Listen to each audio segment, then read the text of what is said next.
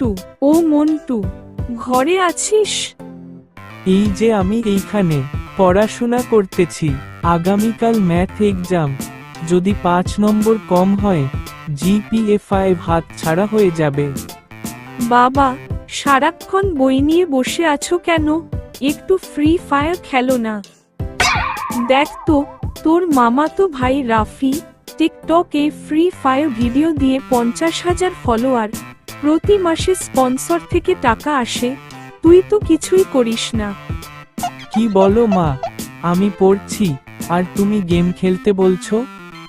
মা, আমি তো পড়ে চাকরি করতে চাই, গেম খেলে সবাই তো আর টাকা পায় না। ওই চাকরি কবে আসবে কে জানে, কিন্তু ফ্রি ফায়ার খেললে কাল থেকেই টাকা আসতে পারে। রাফির মা তো এখন গর্বে ফেটে পড়ে।